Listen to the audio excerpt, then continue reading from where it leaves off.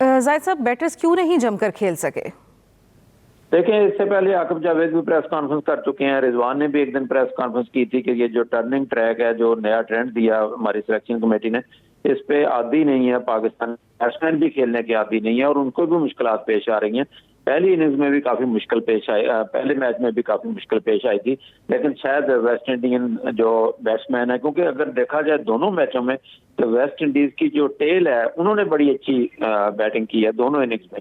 पाकिस्तान इब्तदाई विकेटें Pakistani team bowler जो है जल्दी लेते रहे हैं, लेकिन बाद में जो उनके टेल एंडर्स हैं, अब गुराकेश मोती जो उनके स्पिनर हैं, देखें पहली इनिंग्स में उन्होंने 55 रन बना दिए, केमार रोज ने 25 रन बना दिए, वेरिकन ने 36 नॉट आउट रन बना दिए। तो उनके टेल एंडर्स ने बहुत साथ दिया अपनी टीम का। लेकिन दूसरी इनिंग्स में उनके कप्तान ने, कैप्टन जेनिंग्स कहना चाहिए कि जैसा टर्निंग ट्रैक था, यहाँ से उसकी बनानी भी बड़ी मुश्किल थी। उन्होंने 52 रन बनाए थे, फिर एंड पे सिंक्लेयर ने 28 रन कीमती किए।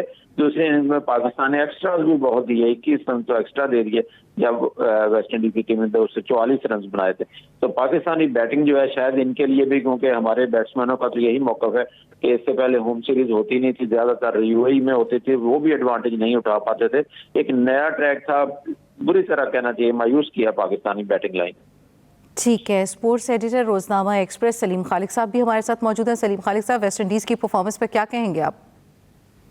जबरदस्त वेस्ट इंडीज की परफॉर्मेंस रही और पाकिस्तान ने जो गड़ा खोदा था वेस्ट इंडीज के लिए, वहाँ हमारी अपनी टीम ने छलांग लगा दी और एक बदतरीन शिकस्त है 8वें नंबर की रैंकिंग की हामिल टीम के खिलाफ हमारी, जो हम लोग ये सोच रहे थे कि आसानी से जीत जाएंगे दोनों मैच और क्लीन स्वीप हो जाएगा, लेकिन बदकिस्मती से ऐसा नहीं हो सका। और जो आकिब जावेद ने पिचेस वाला एक फार्मूला बनाया, हमने उसकी तारीफ भी की थी जब इंग्लैंड के खिलाफ खेल रहे थे, लेकिन इस सीरीज में उसको जब आजमाया तो फिर जीतने के बावजूद हम लोगों ने कहा था कि ये ज्यादा लंबा चलेगा नहीं, और ये चीज साबित हो गई कि हमारी अपनी बैटिंग बुरी तरह एक्सपोज हुई और सिर्फ 133 रन पर आउट हो गई सेकंड इनिंग में। कोई भी प्लेयर बड़ी इनिंग नहीं खेल पाया। और देखें, बात वही है कि इन पिचेस पर हम क्या कोई भी टीम खेलने की आदी नहीं है, क्योंकि डोमेस्टिक क्रिकेट इस तरह की पिचेस पे नहीं होती। डोमेस्टिक क्रिकेट बैटिंग पिचेस पे होती है। अब यहाँ एकदम इस तरह की पिचेस बना दी तो सही है, वो स्पिनर्स के लिए तो हमारे अच्छी है, लेकिन जब बैट्समैन खेलने आते तो उनको भी दुश्वारी हो रही है। कहा ये आकिब जावेद ने कि जी इंग्लैंड में और जब हम ऑस्ट्रेलिया या साउथ अफ्रीका जाते हैं वहां भी इस तरह की पिचेस मिलती है फास्ट, वो अपने हिसाब से बनाते हैं, वो बिल्कुल बनाते हैं। ये भी होता है कि पूरे साल मैचेस होता है, वो मैच से पहले टेस्ट पंखे लगाकर या हीटर लगाकर पिच नहीं बनाते, इसलिए उनके प्लेयर आदी होते हैं। फिर सबको पता होता है कि इस ग्राउंड पे कैसी पिच होगी। हमारे यहाँ एक ही फॉर्मूला हाथ लगा, 2 मैच इंग्लैंड से जीते चले, यहाँ तीसरा भी जीता। उस तीसरा जो पाकिस्तान ने अभी मैच जीता वेस्ट इंडीज के खिलाफ, उसमें ये चीज वाजे हो गई थी कि हमारी बैटिंग स्ट्रगल कर रही है।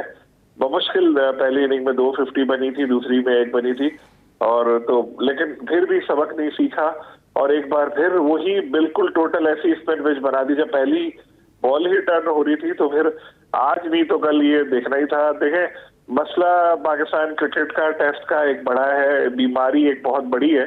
वक्ती तौर पर पैराडॉल हिलाकर आपने मरीज को कदमों पर खड़ा कर दिया, लेकिन अब वो फिर लड़खड़ाने लगा है।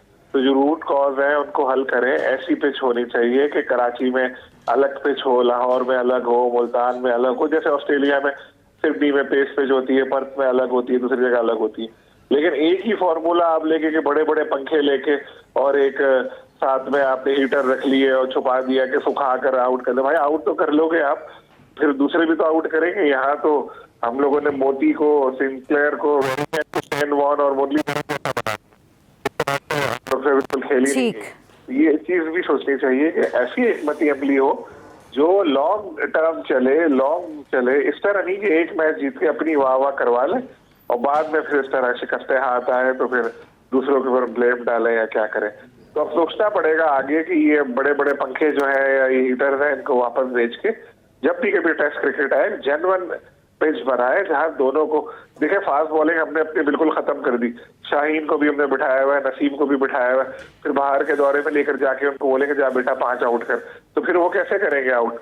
यहाँ 4 डे क्रिकेट होती है अलग पिचेस पे, और जहां पर स्कोर करके हुरैरा और कामरान गुलाम वगैरह टीम में आए, अब उनको बिल्कुल अलग पिच मिल रही है। तो अगर वो फ्लॉप हुए तो उनका कसूर तो है या मैनेजमेंट का कसूर है? तो ये सब चीजें ठीक। देखनी चाहिए ताकि आइंदा परफॉर्मेंस में बेहतरी आ सके। जाहिर साहब, जो स्ट्रेटजी बनाई गई थी फिर स्पिन विकेट तैयार करने की, वो स्ट्रेटजी नाकाम होती दिखाई दे रही है। चैंपियंस ट्रॉफी भी अनकरीब होने वाली है, क्या पाकिस्तानी टीम तैयार है? लेकिन चैंपियंस ट्रॉफी तो वनडे फॉर्मेट है, वो डिफरेंट है। मुजाहिर है वहाँ पे ऐसी पिचेस नहीं होगी, वो आईसीसी का इवेंट है। आईसीसी का जो क्यूरेटर है वो भी होगा और यकीन तौर पर उनकी भी नजरें होंगी, पाकिस्तान के साथ मिलकर बनाएंगे। एक डिफरेंट फॉर्मेट है। लेकिन जहां तक टेस्ट का जिक्र है तो इंतहाई मायूस कौन है। पाकिस्तान की बैटिंग पे खास तौर पर सवालिया निशान है और अक्सर टेस्ट मैचों में हमने देखा है कि इब्तदा में पाकिस्तानी बॉलर जो है विकेटें जल्दी ले लेते हैं और टेल एंडर जो है पाकिस्तान के खिलाफ स्कोर कर लेते हैं। यही कोई साउथ अफ्रीका के खिलाफ भी हमने मैचों में देखा, यही हमें इस मैच में भी दिखाई देता है। पहले टेस्ट में भी उनके टेल एंडर बहुत अच्छा खेले, दूसरे टेस्ट में भी उनके टेल एंडर्स बहुत अच्छा खेले। ओवरऑल पाकिस्तानी स्पिनर्स पे कोई शिकवा नहीं है, उन्होंने इंतहाई शानदार बॉलिंग की है। साजिद ने बहुत अच्छी की, नोमान ने इसमें जो है हैट्रिक भी की, लेकिन इसका कोई एडवांटेज पाकिस्तानी टीम को नहीं मिल सका और ज्यादा पाकिस्तानी बैटिंग बुरी तरह फ्लॉप हुई। ठीक है, स्पोर्ट्स एंकर मिर्जा इकबाल बेग साहब भी हमारे साथ मौजूद हैं। मिर्जा इकबाल बेग साहब, स्पिन विकेट जो थी वो स्पिनर्स को तो सपोर्ट कर रही थी, लेकिन बैटर्स जो है वो काफी मुश्किल में दिखाई दिए। देखिए, हमारे बैट्समैनों की परफॉर्मेंस जो थी वो एक्सपोज हो गई स्पिनर्स के सामने, और बाबर आजम जो अपने आप को दुनिया का बेहतरीन बैट्समैन कहा, जिनके बारे में कहा जाता है, उनकी परफॉर्मेंस भी रही है। आप देखें 45 रन बनाए उन्होंने 4 इनिंग में, वो भी कल के अगर 31 रन निकाल दें तो आप 14 रन उन्होंने 3 इनिंग्स में बनाए। इसी तरीके से कामरान गुलाम टेस्ट मैच में उन्होंने सेंचुरी की डेब्यू कर, और उसके बाद क्या हुआ, गुज़िश्ता 7 इनिंग्स में 111 रन बनाए कामरान गुलाम ने। तो हमारे यहाँ जो खिलाड़ी हैं वो अपने आप को टीम का लाजमी जुज़ समझने लगते हैं, दूसरे को मौका नहीं मिलता, जिसकी वजह से सलमान अली आगा की आप परफॉर्मेंस देख लें कि सलमान अली आगा ने गुज़िश्ता कई इनिंग्स से कोई मिस सेंचुरी नहीं बनाई। आखिरी मरतबा उन्होंने 63 रन ये इंग्लैंड के खिलाफ मुल्तान में बनाए। तो आखिर ये बैट्समैन किस काम के हैं? जब ये जबरदस्ती इनको आप खिलाए जा रहे हैं तो फिर नतीजा यही होगा आपके। यही होगा। मिर्जा इकबाल बेग साहब आपका बहुत शुक्रिया, जाहिद मकसूद साहब आपका भी शुक्रिया और सलीम खालिक साहब आपका भी बहुत शुक्रिया।